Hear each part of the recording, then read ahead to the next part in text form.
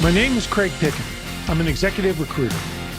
More than a decade ago, I started my practice for one purpose: to use my experience as a former military aviator, business jet sales executive, and P&L leader to help aviation and aerospace companies and their executives be fast, adaptable, and strategic. I do these podcasts to inspire and inform, but more importantly, they are a focused platform to help business leaders grow. Welcome to the Aerospace Executive Podcast. Hey, welcome back to the Aerospace Executive Podcast. Y'all know who I am already, but I am thrilled to have Todd Palmer on with me. Todd is the CEO of Extraordinary Advisors.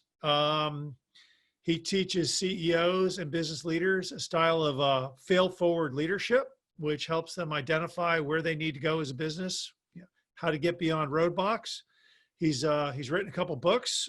He wrote one called The Job Search Process, which has helped more than 5,000 people land new jobs. And basically, it also shows folks how to create and execute a job search in as little as 7 days. So he's got some amazing clients that he works with. And Todd, I'm just thrilled to have you on. So welcome. Greg, thanks so much for having me. I'm happy to be here today. This is gonna be a good conversation. What did we miss in the introduction? Anything? Did I get it right? Yeah, well, so that's where I'm at now. I was a CEO for 25 years. I started my company for credit card money, $15,000, and we grew it to a 6-time Inc. 5000 companies, one of the fastest growing in America. I retired from that about 3 years ago, and now I've been teaching leaders and leadership around the globe on how to create a life by design. I teach my leaders how to figure out really what they want out of their businesses, figure out where the roadblocks are. I break it really simple. I find that a lot of CEOs make it way too complicated. Take the complex, make it simple. Leaders ultimately, when they're in my program, either decide their job is to remove all bottlenecks. That's my one job, my only job. Or they figure out that my second job is making it easy. I make it easy for my customers to do business with me, or I make it easy for my employees to work with me. And that's what I do. And if I do that really, really well, and I create processes and systems around those two pieces, I'm able to create a life by design, like Tom on my website, whose profits grew 500%, and he now works 3.5 days a week. Man, I like that idea. So. Yeah. Well, and the thing of it is it is doable if I can get my clients to anchor in why they want what they want.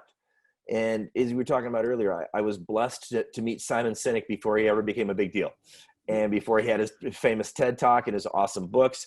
And I worked with him for 2 years to figure out my 2 words, which are improve lives. So as the retired CEO, I now help my clients by helping them improve their lives. When I was a CEO, I was helping the lives of my candidates in my recruiting company, my employees in my recruiting company, and I was improving the lives of the clients that we worked for. So I took that mantra everywhere I went, which made decision-making so much easier. Whereas if the decision we were going to make if a client asked us to do something that it didn't improve the lives of my candidates, we would turn down the opportunity. The flip side of it is, if we were making decisions internally and it didn't improve the lives of all of our shareholders and all of our stakeholders, we wouldn't do it. So it made decision-making very easy because it went down to my personal why. Gotcha. So let's talk. So, in the chaotic world that is today, a lot of people are looking back, 300 years and beyond in history and the horrors of the things of the past. You teach fail forward leadership. What's fail forward? Talk about fail forward leadership. If you're not failing forward, you're not succeeding. So I really, for my clients, part of what I do, and I still use, so I always want to be very, very transparent. I still use a coach. I've had the same coach now for 7 years, and he talks a lot about the fail forward pieces. So a lot of what I had to get through, a lot of the roadblocks I had to remove in my life, I now teach about that. The challenges, the mess has become my message. I've been very blessed to hire coaches who've helped me get unstuck around some of these things. And my coach talks a lot about that failure doesn't exist. If you're trying something and it's not working, all you're doing is learning what didn't work. It's really that simple. But our society, our parenting, our world is taught, sports, it's win or lose. Well, even in the loss, you learn. And it's the people in the game, I often use football as an analogy.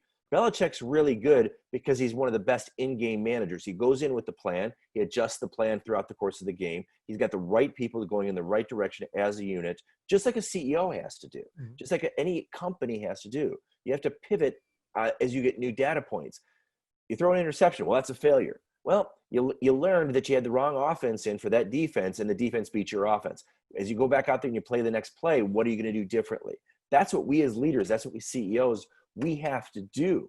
So to sit there and say, it's about intentionality. My intention is I'd like to win the game. My intention is to play the game of business well. In order to do that, I'm going to have to pivot my strategy continually through the course of my business career, through the course of COVID, through the course of whatever. So you're not really ever going to fail until you quit. And Right. even if you scrap a bad idea, like we're not going to do this, like I did that in my business. We're not going to serve this market anymore. Did I fail? I just learned that market didn't serve the best needs of my candidates. So we're going to go to a different market. I didn't fail. I just realized I tried something. It didn't work. I'd learned from it. One of my favorite stories, if you'll indulge me, Craig, is about that of Colonel Sanders from Kentucky Fried Chicken. At the age of over 70, he went on over 1,009 sales appointments before he ever got his first Kentucky Fried franchise. 10 years later, he's got 2,000 franchises around the globe. He's the first international food product provider going overseas before McDonald's, before Burger King. It was the Colonel. He went on 1,009 appointments before he got his first yes.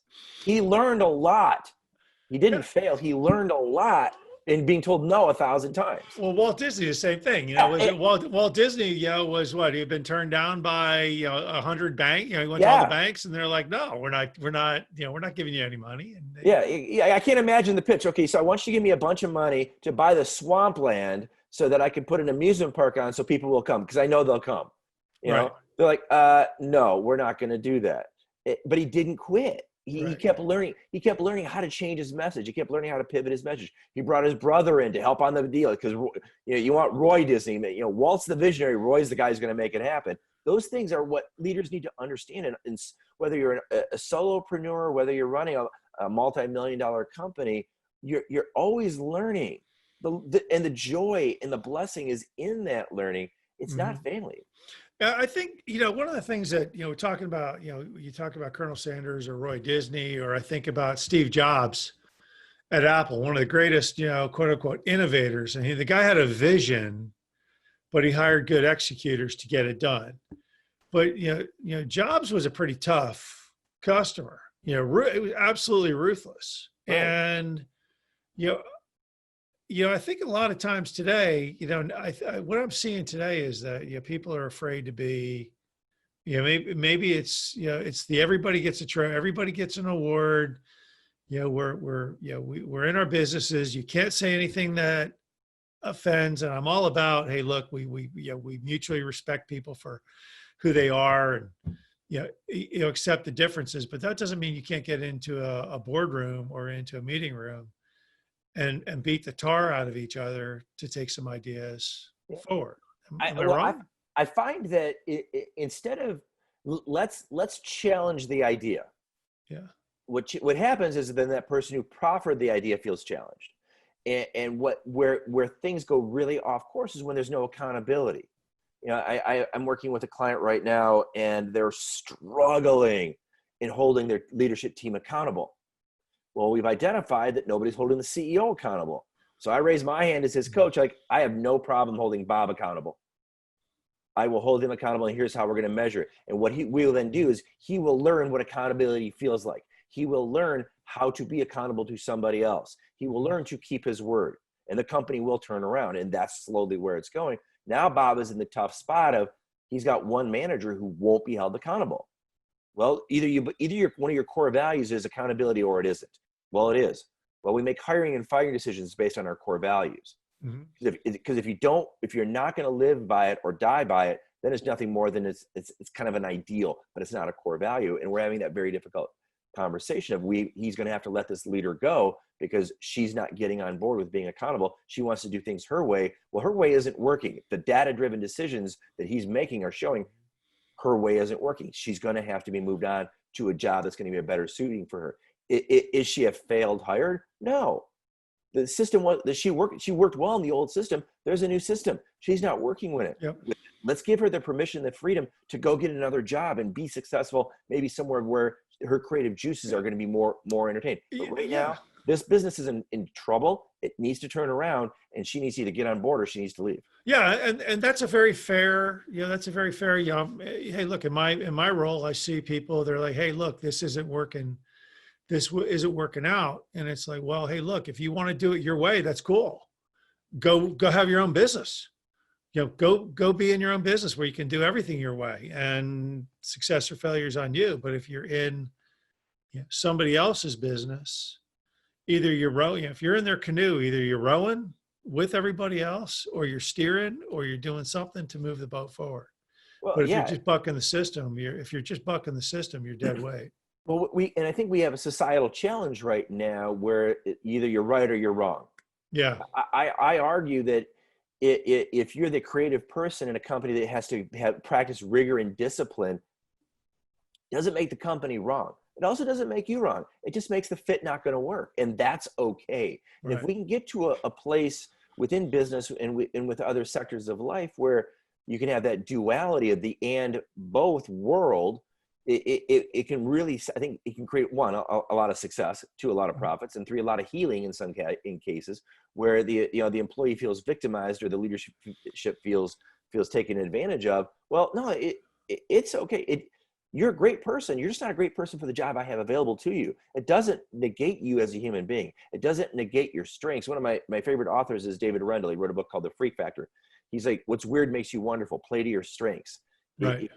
Nothing wrong with playing to your strengths, but if this organization doesn't need your strengths, that doesn't make the organization wrong, and it doesn't make you wrong. It just makes it a bad fit. So let's uncouple that fitting. Well, everybody's talking about, along the same lines, everybody's talking about, build your brand, be your brand. And I'm like, hey, look, if you want your brand to be, you're walking into your office in jeans and boots and a cowboy hat with a buckle, the size of a rodeo clown, that's cool. Yeah. But, the brand of he's the quiet guy or girl in the corner getting really amazing stuff done, that works too. I mean, you don't have to be this, it's, what's your brand? Hey, look, I'm just the quiet person in the corner who focuses and gets stuff done. That's a great brand. I run into that a lot. I'm actually working with a branding company right now because people want to hire me as a coach to help them do certain things. And my coaching is I coach leaders and I coach leadership teams to have massive success. Part of that is being accountable. Part of that is taking a look at what does the leadership team want? What does the entrepreneur want? And why do they want it? And then anchoring them into their core values. And one of the first things we have to do is we have to figure out those pieces. There are coaches who just put in systems. There's a system called EOS. There's a system called Scaling Up Gazelles. Those coaches are really good at putting in a system. I sit above those systems and I help leaders figure out why they're not honoring their commitments. Why aren't they doing what they're doing? Why are they stuck around some of these things? And because I was a CEO and because I had a lot of those issues, I can speak from experience where a process implementer maybe hasn't had the same experiences. It doesn't mean that my coaching is invalid or their coaching is invalid. They're just two different types of coaching, and that's okay. There's a need in the marketplace for both. Yeah, well, once again, too, it's, the one thing I learned in the military is accountability. You are accountable for what you are accountable for that which you are responsible. And at the end of the day, if you are given, if you're given the responsibility and the account, you're given the ability to get it done. It's not micromanage. It's not, hey, But if you don't get it done, someone's going to ask you what happened. Exactly. Yeah. Hey, look, you've got the responsibility. You've got the authority. And one of the things that I've seen in business is a lot of people are, they have their morning meeting at 7:00. They bring everybody in on Monday. We're going to have a 7 a.m. Monday morning meeting. And they say, what you got? Mm-hmm. What you got? So as a coach, I would say, well, show me your agenda. What's on the agenda? What are we going to talk about? Let's take your hour meeting into 15 minutes and make it productive versus what you got. What you got? Yeah. You take it to a half hour and talk about your weekend. That's okay too. And, going back to your point of accountability, I really do raise my hand up and I speak from experience of lack of accountability. I was a young entrepreneur. I had 10 years into my run, and I'd not been accountable at times. I'd made mistakes at times, and I had imposter syndrome. The itty bitty negative committee in my head was telling me, if the business is great, Todd's great. If the business is bad, Todd's a terrible leader. And I was just riding that elevator in my head, and I would bring that to the office. And then I would get angry at my staff, and they wouldn't produce, and I would keep people around because I was conflict averse. I would turn away from the conflict and not deal with it. So by that point, 10 years in, I'm $600,000 in debt. I'm 2 months away from running out of all of my money, including losing my house. I'm a single parent at the time. My kid's freaking out. I'm beating myself up, not only as a leader, now as a parent. It's just mounting. And I finally had to raise my hand up, and I had to ask for help.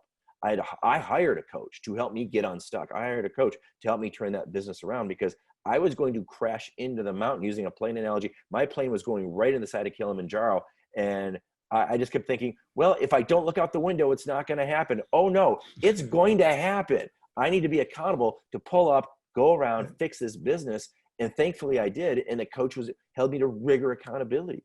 Every day I had to check in with him. And it was more mindset work. Like, you need to do 5 positive things every day, because your doom loop is telling you how much you suck.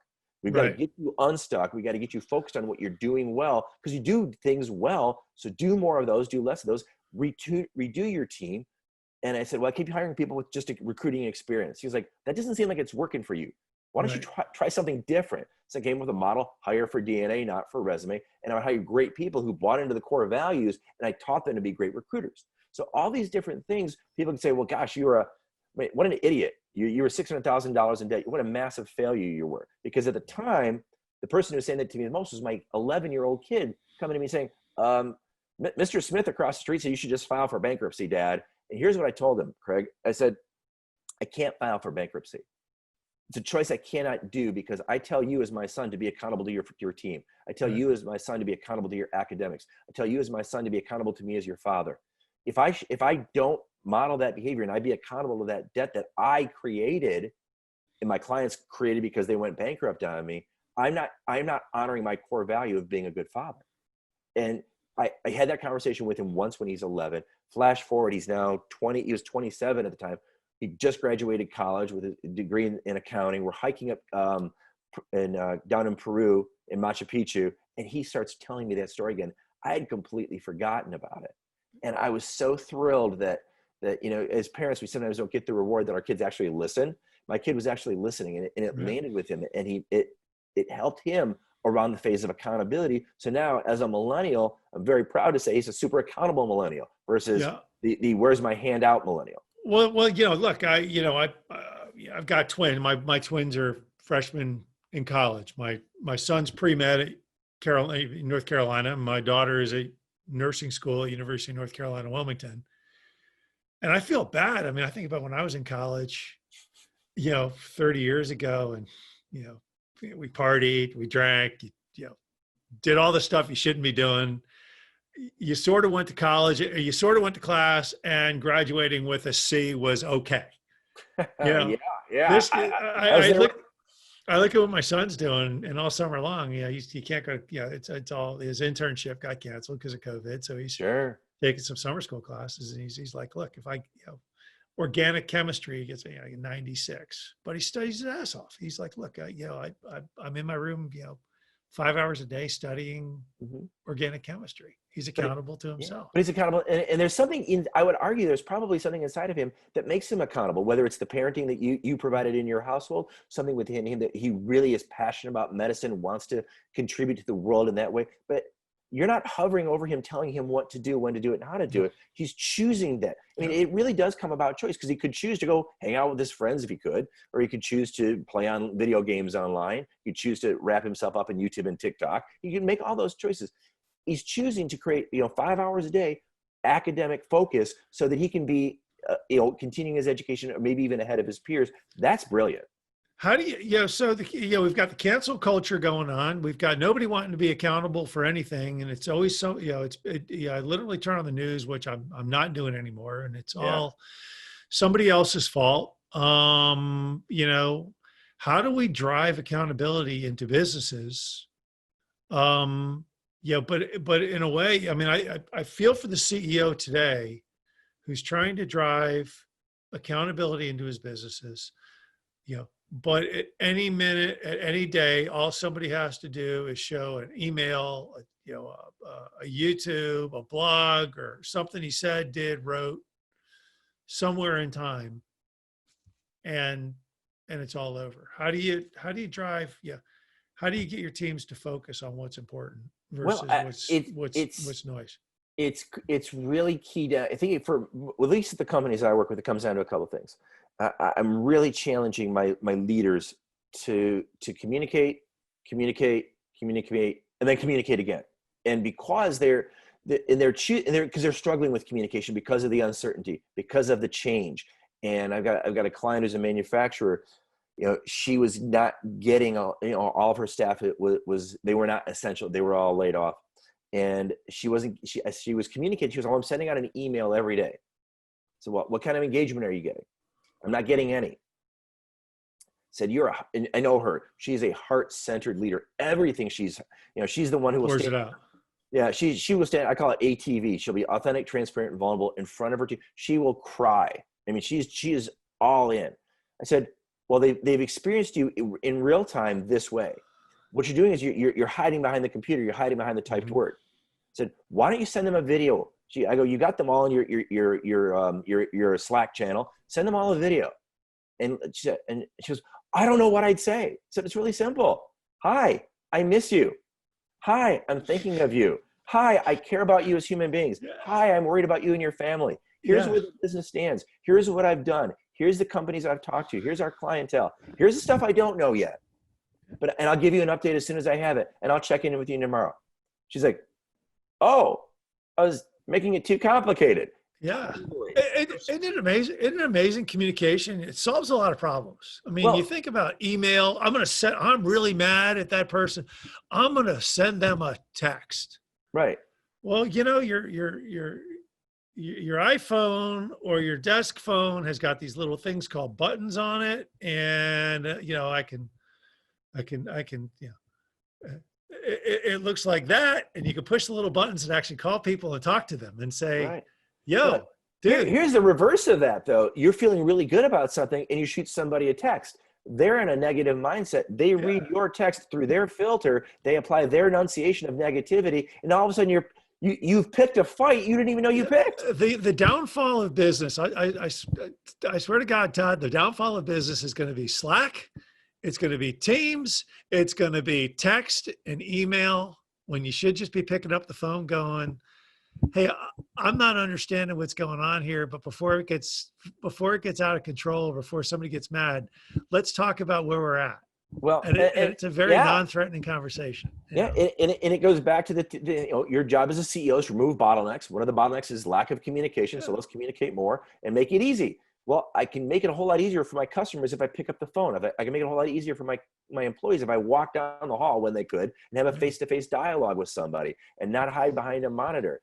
I just wrote an article about this manufacturer in Wisconsin whose business actually grew during COVID because they did this crazy thing and they got on the phone and they started asking customers, not can I sell you more of our products, but where are you at? Where's your business? Where are your pain points? What can we do? How can we help you? Right. And if you happen to need what we manufacture, great. But what relationships, what introductions, what banks can we introduce you to, for example, or what vendors can we help you with? And I'm talking to her and she's awesome. And what is she? She's like 67, 68 years old now. And she's telling me this story about, I just did what we were supposed to do. I called out, I grew up in a town and we reached out to our neighbors in times of crisis and we offered our help and assistance. And that's what my salespeople did. And I told them not to sell a damn thing. And she goes, we magically started getting all these POs because people felt heard, they felt seen, and they felt cared for. At the end of the day, we are people selling to people. Yeah, I do. Yeah, I did that during COVID too. I talked to people. Last thing I talked to people about, it goes, how can I be of value to you? Right. And immediately they say, well, yeah, they think, oh, you're an executive recruiter. You want a place? Well, I don't need anybody right now. It's like, look, I didn't ask if you needed somebody. Right. How can I be of value to you? I've got a Rolodex and a network of people. If there's somebody in my Rolodex or network of people that's going to help your business, tell me who's going to be of value to you. I know a lot of bankers. I know a lot of private equity guys. I know a lot of, I talk to a lot of people who are talking about trends, what kind of information are you not getting that you need that I can help you with? Yeah. And if that, it's, hey, yeah, everybody yes, I'm here to do business, but if I help you as a business person, my business will be fine. If I'm Right. just throwing bodies at you, I'm just the body thrower. So, it's amazing, just the basics, the basic tenets Well, of it's one of communication. the challenges I think we have in today's world where, like you said, we could, we have a lot of Facebook friends, we have a lot of LinkedIn connections, but how many relationships do we have? Yeah. And it's the relationship currency that I'm hoping. What I was just talking to my partner Jennifer last night about this is what are the blessings of COVID? And I was thinking of all the relationships I've rekindled, all the new people that I've been assisting, and all the new relationships and people I've met because people had time to talk. And Yeah. they didn't feel the sense of hurry and the sense of busy. And I've got to get Johnny to soccer and Janie to dance class. And people actually had time to take a breath and listen and have conversations. And it's been so incredibly heartwarming to reconnect with people that I had dropped the ball with, or people who Yeah. I felt had dropped the ball with me. And we've now had different conversations. Have I gotten clients out of it? Magically, I actually have gotten clients out of it, but that was not my intention. My Yeah. intention, like you, was to be of service to my fellow human being. Servant leadership 101. And people feel that. What they can't do is they can't feel that in a text. Right. But they can feel it, they can see it, they can hear it through a Zoom call or even through a telephone Mhm. call. It's funny, I connected with somebody in Australia through a conversation I had with them on Facebook because they posted that they were in crisis. I said, how can I help you? They said, we don't even know each other. I said, that's okay. I can't afford you. I'm not asking to be paid. She's now become my biggest champion down under. It's awesome because Yeah. she was in pain. I had some ideas around how she could be in less pain, and she's Right. been very grateful for that. It's amazing. Yeah, the little things you do, from a business standpoint, the little things you do. There's a guy down the road who owns a hamburger. He's got we go to it all the time. It's called, PT's, grill. Mm-hmm. And the owner of it, the owner of it is a guy I know.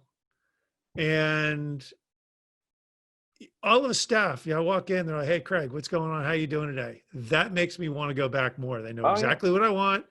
One day he picks up my tab and I said, don't ever do that again. I've got plenty of money. I can pay my bill. Just make sure your staff keeps me happy, Well, it's you make such a great point though. It's what I hear is a reciprocal relationship. yeah. You want to give him your business. He wants to thank you for giving him Right. the business, and it's a reciprocal situation.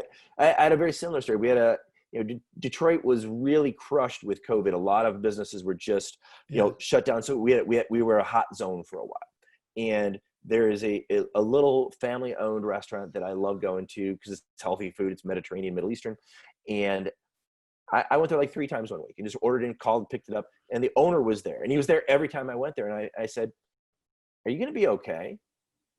And he's like, "Why do you ask?" I said, "Because you're here as the owner of a family-run business, and I know you guys could be in a tough spot." Because he really goes, "I really appreciate you asking because I noticed this is your 3rd time here this week." I said, I've owned small businesses. I was a CEO. I know how much it's important to Mhm. invest in our community. And he goes, I'm so appreciative of you thinking of, he goes, yeah, my family is struggling. We will be okay. They did plan for the rainy day, which a lot of small businesses unfortunately didn't. And every time I've seen him, we've now created a new connection because he's so appreciative of that. I could have got that food anywhere. I chose to get it from him. And he's Mhm. appreciative of that. Just like your guys appreciative. Did you come in and you kind of said, when you said that, hey, Craig, I'm thinking, oh, you're like Norm at Cheers. People appreciate Yeah. the reciprocal relationship and the customer loyalty from a great experience. And when the great thing about it is, and clients need to understand this too, is like I love it when I get more traction when a vendor makes a mistake than when they always get it right. Because then we have to have a conversation, and it gives them the opportunity to really show up and to make things right. And so they Right. messed up my order one time, and he was so apologetic. I'm like, 12 out of 13 orders have been great. It's okay. Yeah. Because no, I need to make this right. I need to make this right. I love that. That's one human being servicing another. We just happen to be doing it through food. Yeah. And the other thing too is this is something people, they get, good leaders They understand, when there's an issue, the first thing you do is, communicate the issue. And what I found is like the easiest thing to say is, I'm in a box. Can you help me get out of the box? Mm-hmm. And here's the challenge I have is, you're going to be unhappy with my challenge, but let's work together to figure out how to make it right. 99.9% of the time, people will respond positively to, I'm in a box. Oh, for sure. It's like, look, this is a challenging conversation. I'm in a box. Help me help you, or help me make it right. 99.9% of the time people do it. If you call them up and say, this is the way it is, you've got a 99.9% chance of screwing up that business relationship forever. Well, it's so important. And so many leaders really do struggle with what you're talking about, is leaning into those uncomfortable conversations. And I always try to remind them, I said, it's a lot more uncomfortable in your head than it is in the real world. And if you own your part of it, like you're saying, hey, listen, I'm in a box. I'm pinned in. These are the options I see myself having. I want to make it right with you. Do you see something else? How can we work together? Because you're important. And I'm saying to you, by calling you, you're important to me as a human being. Your business is important to me as well. How can we make this right? Even if we're going to end the relationship, let's end the relationship so that we can, if we see each other at an event, we can walk over and shake hands versus, oh, there's that guy. And oh yeah. But I kid you not, Craig, it's so hard to get a lot of these leaders to lean into those uncomfortable moments, because they actually psychologically think they're safer by leaning away, but they're actually, by having that conversation, they actually heal, they grow, and they're better from it. It's just like going to the gym. It's like, oh, it hurts. Yeah, it hurts in the moment, but you're fitter, you're healthier, your body's in better shape in the long run. Yeah. Well, it's grit. I mean, it's a little bit of grit. It's grit. You get to that wall, you read it was Angela Duckworth who wrote the book. Yeah. Grit. Yeah. And she says, now I love the analogy she used about all the kids getting accepted to West Point, and they're all like perfect kids. They're scholarship, great athletes, they're great students. They've never failed. They've worked for 2 years to get admitted to West Point, and then they get there and like 30% of them drop out in the first week. Yeah. You're like, what do you mean? What? Yeah. And it's probably people who have never seen failure. They don't understand what failure is. It's like, so going back to my coach, one of the biggest lessons he's taught me, and he's a coach, but his basis is in medicine. He's a neuroscientist by training. He literally has done brain surgery. He literally can put your brain under an MRI, ask you different questions, and it's really kind of a fun thing. And different parts of your hemispheres fire up. And he's like, he goes, people need to understand that the only way we learn is when something doesn't work the first time. Because going back to those kids, if they were naturally gifted in academics, or they have been super disciplined, which has allowed them to study well, and they've always done academic well in our standardized testing systems, when they go to a West Point and they experience failure for the first time, they're devastated. Versus the kid who's, this is one of my favorite stats. The average GPA of a millionaire is he's a C student. C student, right? Yeah, which is awesome. I love that, because I was a C student. I'm like, I was never a rocket scientist genius kid. And it's those learning opportunities, those stumbling, those skinning of our knees. We were talking earlier about I'm a baseball guy. I still play competitive baseball at my age, and I love it as an analogy for life, and I love it as an analogy for business. You're successful in baseball if you fail 7 out of 10 times as a hitter. You're a 300 hitter. Right. If you want to, at our age, you can still be a 400 hitter because the pitching is diminished and for whatever other reasons. Well, I literally learn every pitch, every at bat to get better, and I still make outs. That doesn't make me a bad player. And so I got frustrated a couple of years ago, and I hired a hitting coach. My age, I hired a hitting coach, and I'm like, I can't believe I'm not, my batting average. He goes, you're looking at the wrong data. What data should I be looking at? You should be looking at how many times did you square up the baseball? How many times did you do your job to the best of your ability, whatever your ability is? And as soon as I made that switch, because watch, you're going to enjoy the game more. You're going to probably have a higher batting average over the course of a season, and you're going to have more fun doing it. It's a sport, for crying out loud. Quit treating it like it's, hostage negotiations. Should be fun. And I pivoted my mindset. I watched different things, and I did have more fun. So it's all applicable across business, sports, parenting, marriage, everything. You're winning or you're learning. Yeah, You're absolutely. winning or you're learning. Yeah, I think that Nelson Mandela said that. I'm not sure who said it, but it's a great, but it is a 100, it was probably the truest statement ever, ever said. Yeah. And, it scares me now because I think in business today, I really, it just scares me. I think we're at this pivotal moment in business where everybody wants to be everything to everybody. Yeah. And eventually somebody's going to learn I can't be everything to everybody. I need to be, look, 30% of the people are going to just hate me anyway. So I'll just accept the fact that they're going to hate me and Yeah, move I would forward. really challenge because I went through the same thing I'd been a CEO and we'd gone from a general staffing provider we became very hyper niched, skilled trades machinists, manufacturing, these cities. That's what we did. That's all we did. And it grew Mhm. the business, got us out of debt, made the ink. And now I'm doing that with my coaching practice. I've realized that my branding, my messaging, my marketing should appeal to my ideal client. And there are plenty of ideal clients out there. I can't be all things to all people all the time. And even knowing that from my previous business experiences in the beginning, like, well, I still want to make everybody happy. And I want to be all things to all people all the time. And it's just not, I'm telling your listeners, it's not possible. If everybody's Yeah. going to the right, there's a section to the left that needs your services. Figure out what you do better than anybody else in the world. If you're an aviation recruiter, what makes you the best aviation recruiter in the world? If you're a pilot, what makes you the best pilot in the world? If you're a CEO, what makes you the best CEO in the world for what you do? And know that, be able to tell that story, and you will attract your ideal audience. Yeah. Yeah. No, well, you talked about your friend, the neurosurgeon, Yeah. it's, the neurosurgeon focuses on brains. There are orthopedic surgeons who do nothing but hands. If you Yeah. want knees, if your knee's broken, you go to my buddy down the hall. There's other guys that do, spines. Yeah. I don't want the doctor who took care of my kid's sniffles doing brain surgery on me. Bingo. He cannot, it's like picking out, get in a lane, be really good in your lane, stay in Yeah. your lane.